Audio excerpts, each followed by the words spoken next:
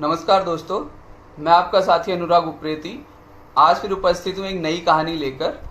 आज मैं आपको कहानी सुनाऊंगा एक गधे की और उसके मालिक धोबी की। तो कहानी कुछ इस तरीके से है। किसी गांव में एक धोबी था, उसके पास एक गधा था।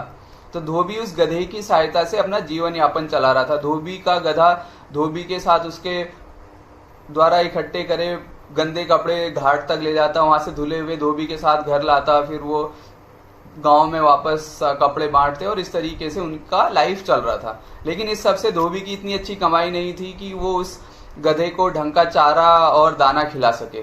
तो गधा दिन प्रतिदिन जो है वो कमजोर होता जा रहा था।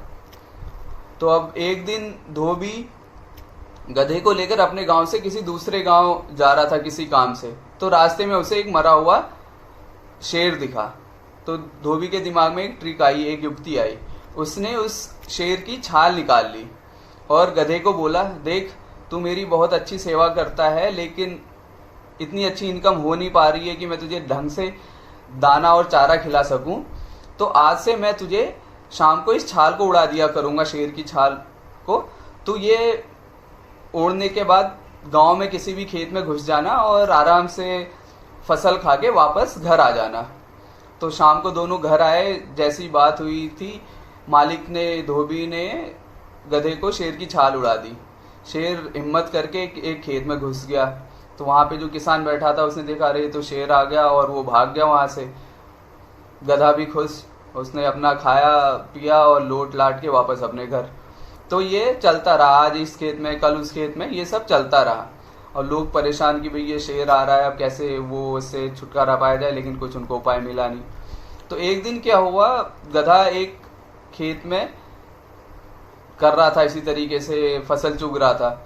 तो दूर से कहीं एक गधे की रैंकने की आवाज उसे सुनाई दी। तो अब गधों को जैसे होता है, वहां से उसने रैंका तो यहाँ से ये भी रैंकने लगा। फिर वहां से उसने थोड़ी और जोर से रैंका तो ये और जोर से रैंकने लगा।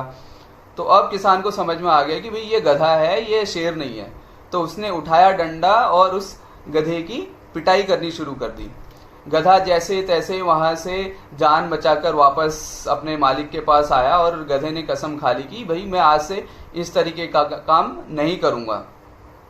तो तब से ये कहावत कही जाती है कि भाई जिसका काम उसी को साजे और करे तो डंडा बाजे।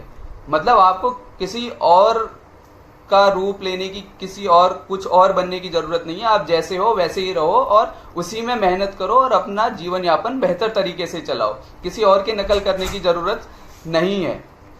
तो ये थी आज की कहानी। कल फिर मैं आपके लिए एक नई कहानी लेकर आऊंगा। तब तक आप लोग अपना ध्यान रखिए, अपने बच्चों का ध्यान रखिए, घर में बुजुर्गों का ध्यान रखिए। ये कहानी मैं अपने YouTube और Facebook पर भी अपलोड करूंगा, आप लोग वहां से भी इसे सुन सकते हैं। इस कहानी का आनंद लीजिए। कल फिर मैं नई कहानी लेकर आऊंगा। तब तक के लिए